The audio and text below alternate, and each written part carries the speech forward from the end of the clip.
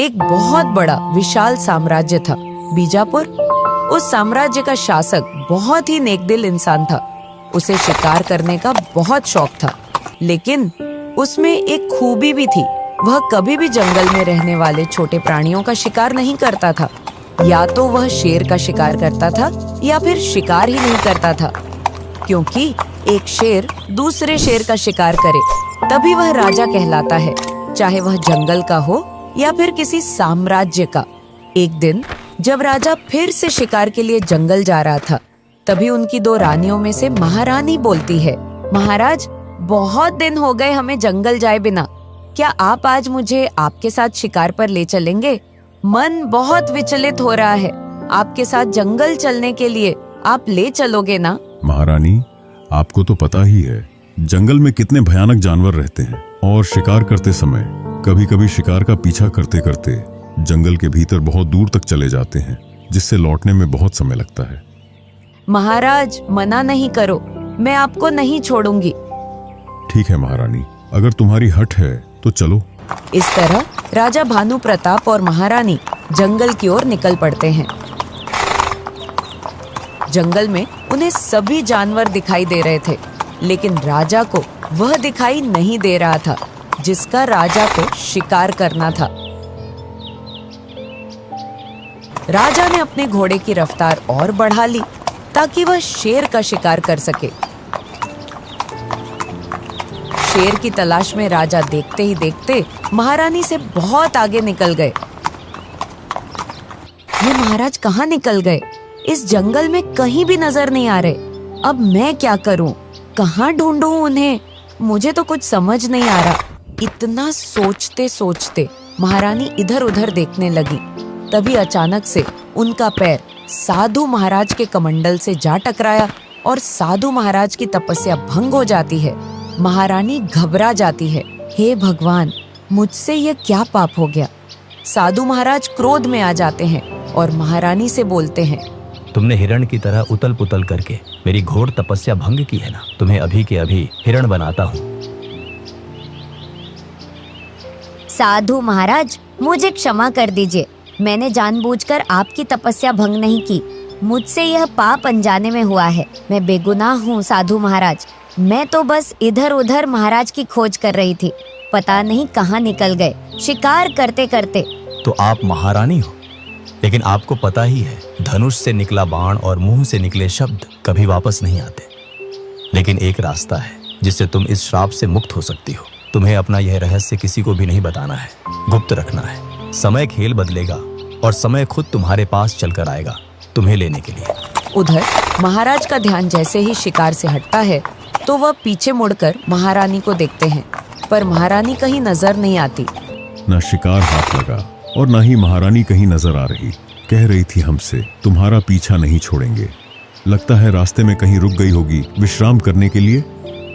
इतना सोचते सोचते राजा भानु प्रताप वापस उसी रास्ते से लौट आते हैं, पर कहीं भी उन्हें महारानी नजर नहीं आ रही थी। वह ढूंढते ढूंढते परेशान हो गए और शाम भी ढलने को आ गई। राजा परेशान होकर महल की तरफ लौट आए। सोचा शायद महारानी महल लौट गई होंगी।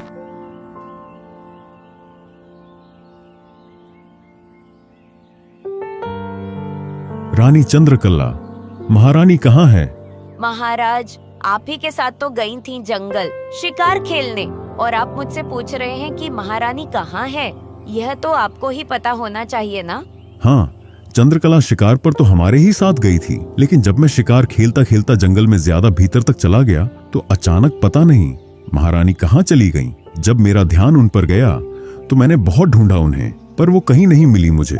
इतना बोलते ही राजा वहाँ से चला आता है और सैनिकों को पास बुलाकर बोलता है, सैनिकों, जंगल का कोना कोना छान मारो और देखो महारानी कहाँ है। जो भी उन्हें खोज निकालेगा उसे मुंह मांगी इनाम दी जाएगी। इस तरह सैनिक जंगल में महारानी की खोज के लिए निकल पड़ते हैं। वे जंगल में हर जगह ढूंढते हैं, लेकिन परेशान होकर श्याम को वापस महल की ओर चल देते हैं। राजा भानु प्रताप ने महारानी को हर जगह खोजा, लेकिन कहीं भी पता नहीं चला। इसी तरह समय निकलता गया और कुछ समय बाद राजा फिर से शिकार खेलने के लिए जंगल गया। राजा को झाड़ियों में हलचल नजर आई तो उन्होंने देखा कि कोई जानवर है। वो जैसे ही आगे बढ़े तो शेर नजर आया। शेर ने जैसे ही राजा पर हमला किया तो राजा ने तीर चला दिए। तीर लगते ही शेर ने बचकर भागना शुरू किया तो राजा ने उसका पीछा किया और जैसे ही राजा ने तीर छोड़ा, शेर वहां से भाग निकला और वह तीर जाकर एक साधु को लग गया जो तपस्या कर रहे थे। तीर लगते ही साधु बोले, तुम जो भी कोई हो जिसने भी तीर चलाया है, मैं तुम्हें श्राप देता हूँ। तुमने जिस तरह मेरी तपस्या भंग की है, तुम्हें भी उसका परिणाम भुगतना पड़ेगा। तुम्हें इंसान से संतान की प्राप्ति नहीं होगी, ये मेरा श्राप है तुम्हें। साधु महाराज, मुझे माफ कर दीजिए। मैं तो उस शेर को अपना निशाना बनाकर बाण चला रहा था। जैसे ही शेर भागा, बाण आपको आकर लग गया। मैंने जानबूझकर आप पर बाण नहीं चलाया। मैं गुनहगार नहीं हूं, मुझे माफ कर दीजिए। राजन, आप हो, लेकिन जैसा कि आपको पता ही है कि आपके धनुष से निकला बाण और मेरे मुख से निकले शब्द कभी वापस तो नहीं आएंगे।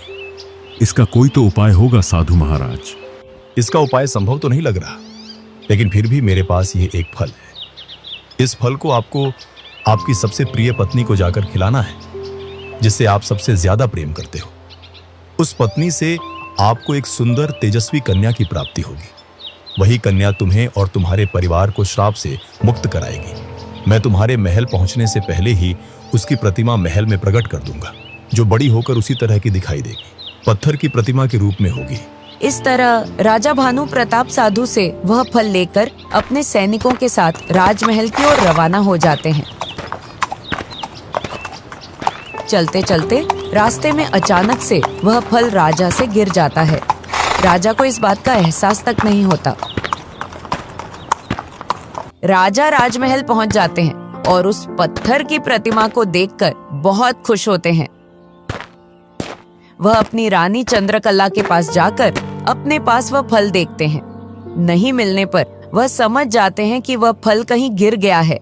राजा तुरंत सैनिकों को बुलाते हैं। सैनिकों को आदेश देते हैं, जाओ और अभी के अभी उस फल को ढूंढ कर लाओ जो साधु महाराज ने दिया था, नहीं तो इस साम्राज्य को कभी भी उसका उत्तराधिकारी नहीं मिल पाएगा। राजा भानु प्रताप की इतनी बात सुनकर सैनिक वहां से निकल आते हैं और जंगल की तरफ चल देते हैं। इधर वह फल आकार बदलकर घास बन जाता है ताकि किसी की नजर न पड़े। वह जिसके हक का है वही उस तक पहुंचे। सैनिकों ने फल को हर जगह खोजा, लेकिन उन्हें फल कहीं भी नजर नहीं आया। कुछ समय बाद उसी जंगल की एक हिरण घास खाती खाती आती है और उस घास को भी खा लेती है।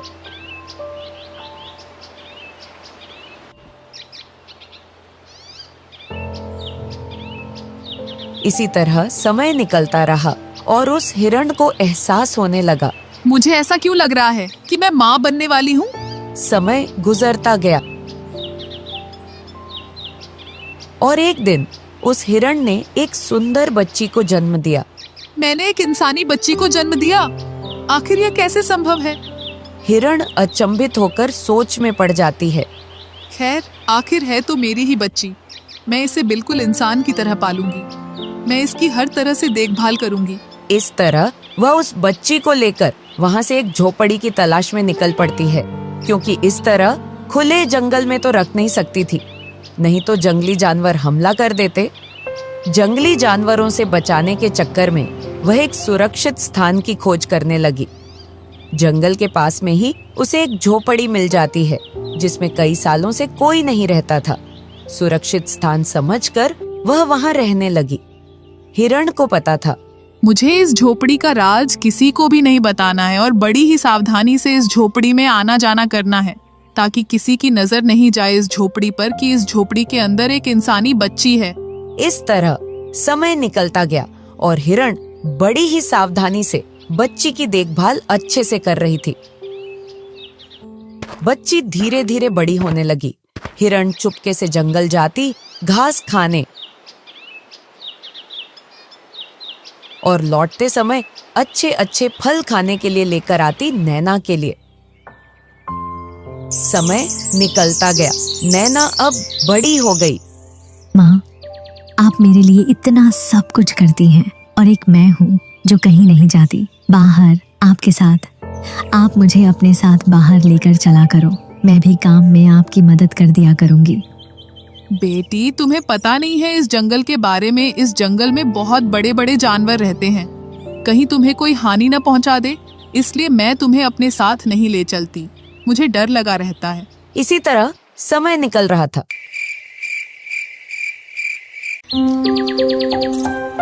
एक दिन हिरण फल लेकर झोपड़ी की ओर लौट रही थी, तभी दूर खड़ा भालू देखता है। अरे, हिरण फल लेकर कहाँ जाती है? मैं इसे कई दिनों से देख रहा हूँ। ये चुपके से फल ले जाती है। आज तो देखता हूँ आखिर ये कहाँ जाती है। इस तरह भालू हिरण का पीछा करता है और सोचता है कि हिरण इस झोपड़ी में क्यों जाती है। वह वहीं छुपकर इंतजार करने लगता है हिरण के बाहर जाने का।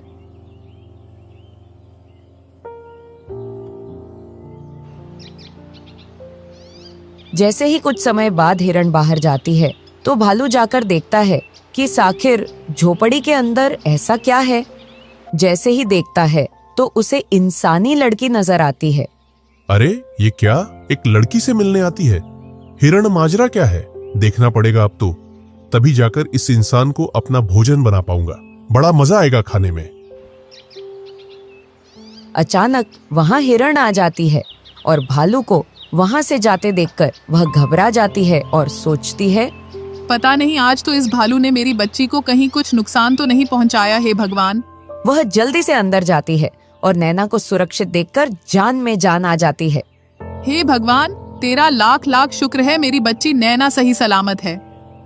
क्या हुआ माँ, तुम इतनी घबराई हुई क्यों हो? कुछ नहीं मेरी बच्ची, अब यह स्थान हमारे लिए सुरक्षित नहीं रहा। अब हम यहाँ और नहीं रह सकते। मैंने अभी अभी देखा कि तुम्हें यहाँ भालू देखकर गया है। वह कभी भी अपना शिकार बना सकता है। हमें यहाँ से कहीं और चलना होगा, सुरक्षित जगह पर। उधर भालू खुशी खुशी घर लौट रहा था। तभी उसकी मुलाकात जंगल के राजा शेर सिंह से हो जाती है। अरे वाह भालू भाई, आज शिकार खुद चलकर मेरे पास आ रहा है। अरे रुको रुको राजा शेर सिंह, मुझे मत खाओ। तो फिर क्या, तेरे परिवार वालों को बुला रहा है दावत पर? नहीं नहीं, तो फिर मेरा सोने का समय क्यों खराब कर रहा है? अभी खाता हूँ तुझे। अगर मैं तुम्हें मुझसे भी अच्छा भोजन दूं तो तुझसे अच्छा भोजन क्या हो सकता है? इंसान का भोजन। क्या सच में? हाँ, तेरे पास इंसान कहाँ से आया? जल्दी बता। आया नहीं रहता है इसी जंगल में? क्या शेर सिंह के इलाके में इंसान रहते हैं और शेर सिंह को ही पता नहीं? मैं शेर सिंह नहीं हो सकता। मेरा मतलब शेर सिंह के इलाके में इंसान नहीं रह सकते। तो चले राजा साहब। हाँ हाँ, चलो जल्दी से। इधर हिरण नैना को लेकर वहां से निकल लेती है। उसे पता था अब जंगल का कोई भी जानवर हम पर कभी भी हमला कर सकता है। हम यहाँ सुरक्षित नहीं हैं। उधर भालू बड़े ही होशहवास में शेर को लेकर उस झोपड़ी पर पहुंच गया। राजा साहब, इसी झोपड़ी के अंदर है वह इंसानी बच्ची। अच्छा सुन भालू, अगर तूने मुझे बेवकूफ बनाया ना तो मैं तुझे, तेरे परिवार वालों को भी नहीं छोड़ूंगा। हाँ हाँ ठीक है शेर सिंह जी, लेकिन अगर मेरी कही हुई बात सही निकली तो फिर मैं तुझे और तेरे परिवार को कभी अपना शिकार नहीं बनाऊंगा। और अगर तू झूठा निकला तो तू गया आज एक लंबी यात्रा पर। हाँ हाँ ठीक है। इतना सुनते ही शेर सिंह झोपड़ी में घुस जाता है। भीतर देखता है तो उसका दिमाग चकरा जाता है। भालू भीतर आ। भालू भैया भीतर जाते हैं। भीतर देखते ही भालू भैया की 9-2-11 वाली घंटी बज जाती है। शेर सिंह भालू को अपना 2-3 दिन का भोजन बना लेता है। उधर हिरण सभी जंगली जानवरों से नैना को बचाती हुई ले जा रही थी। तभी राजा के 2 सैनिक उसी जंगल से गुजर रहे थे। वे अचानक चलते चलते हिरण और नैना के पास आ पहुंचते हैं। अरे भाई, ये तो हमारी वही पत्थर की मूर्ति वाली राजकुमारी है लेकिन यह इस जंगल में क्या कर रही हैं? राजकुमारी जी, चलो हमारे साथ राजमहल। और तुम तो पत्थर की हो राजमहल में, लेकिन यहां तक कैसे आई? आप कौन हो? मैंने तो आपको पहली बार देखा है। और कौन राजकुमारी? मैं कोई राजकुमारी नहीं हूँ, और ना ही इस दुनिया में मेरी इस माँ के अलावा कोई है। अरे भाई, ये कैसे हो सकता है? यह मना कर रही है, और यह तो हमारी राजकुमारी ही है। सुनो, ये कोई राजकुमारी नहीं है, हमें जाने दो। अरे कैसे जाने दूं? अगर हमारी राजकुमारी कहीं खो गई तो हम कैसे ढूंढेंगे? अगर जाना है तो आप हमारी राजकुमारी को छोड़कर जा सकती हो, हम तुम्हें नहीं रोकेंगे। ये मेरी माँ है, और आप इनसे ऐसा बोल रहे हो? हाँ, मेरी माँ और मैं दोनों ही जा रहे हैं। आप अपनी राजकुमारी को कहीं और ढूंढो। नहीं नहीं राजकुमारी जी, हमसे गलती हो गई। अगर महाराज को पता चलेगा कि हमने आपको जाने दिया तो वह हमें सूली पर चढ़ा देंगे। कृपया करके आप हमारे साथ अपने महल वापस लौट चलिए। हमने कहा ना, हम कोई राजकुमारी नहीं है। फिर भी अगर तुम चाहते हो कि हम तुम्हारे महल चलें, तो हम महल चलेंगे, लेकिन हमें कोई हानि नहीं पहुंचाई जाए। हाँ हाँ, तुम्हें कोई भी हानि क्यों पहुंचाएगा? यह तो हमारी राजकुमारी है। राजकुमारी जी, भला कौन में इतनी हिम्मत है जो आपको हानि पहुंचाएगा? इस तरह हिरण और नैना दोनों ही सिपाहियों के साथ महल की ओर चल देती हैं। थोड़े ही समय बाद वे सभी राजमहल पहुंच जाते हैं। तुम यहीं रुको, मैं महाराज को बताकर आता हूँ। सिपाही जैसे ही महाराज को बताने जा रहा था, तभी उसकी नजर उस पत्थर की मूर्ति पर पड़ी। अरे यह क्या? यह तो अभी तक यहीं खड़ी है। तो फिर जिसे हम जंगल से लाए हैं, फिर वह कौन है? मुझे महाराज को बताना होगा। हम किसे ले आए? सिपाही सोचता सोचता महाराज के पास पहुंच जाता है। महाराज की जय हो। बोलो, क्या बात है? महाराज, मैं सदमे में आ गया हूँ। क्या कहना चाहते हो? जो बोलना है साफ साफ बोलो, क्या हुआ है? सिपाही ने जंगल में नैना के मिलने से लेकर यहाँ तक कि उसे राजमहल लाने और जो अभी अभी देखकर आया है, वह सभी घटनाएं राजा को सुनाई। राजा भानु प्रताप स्वयं अचंभित हो गए और तुरंत नैना को उस प्रतिमा के पास लाने के लिए सिपाही से कहा। जब राजा भानु प्रताप ने नैना को देखा तो वह हक्के बक्के रह गए। उन्हें कुछ समझ नहीं आ रहा था, यह सब क्या है। थोड़े ही समय में वहां पर वही साधु महाराज आ जाते हैं। मैंने कहा था ना कि समय खुद चलकर आएगा, और आज देखो, समय के चक्रव्यूह के माध्यम से आपका पूरा परिवार खड़ा है यहाँ। साधु महाराज, मुझे तो कुछ भी समझ नहीं आ रहा। रुको राजन, सब समझ आ जाएगा। बेटी नैना, इस प्रतिमा को स्पर्श करो।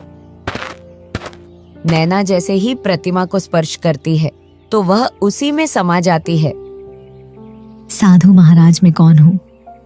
अभी सब पता हो जाएगा। इस हिरण को स्पर्श करो। नैना जैसे ही हिरण को स्पर्श करती है तो हिरण महारानी के रूप में बदल जाती है। साधु महाराज, आपको कोटि कोटि नमन, जो आपने मुझे मेरे श्राप से मुक्त कराया। राजन, यह आपकी महारानी है जो आपके साथ शिकार खेलने गई थी। उसी समय इन्होंने मेरी तपस्या भंग की थी। उसी श्राप से यह हिरण बन गई थी। और यह नैना राजकुमारी उसी फल से जन्मी है जो फल मैंने तुम्हें संतानहीन रहने का श्राप देने के बाद दिया था। और तुमसे कहा था कि यह फल इस रानी को खिलाना जिससे आप सबसे ज्यादा प्रेम करते हो। और वो ये सुलेखा महारानी है जो जंगल में हिरण का रूप धारण किए हुई थी। फल आपसे वहीं गिर गया था। फल ने घास का रूप धारण कर लिया था ताकि कोई उसे खा ना सके। और जब यह घास चरने गई तो घास के रूप में वह फल इनके गर्भ में पहुंच गया। और कुछ समय बाद महारानी ने नैना को जन्म दिया।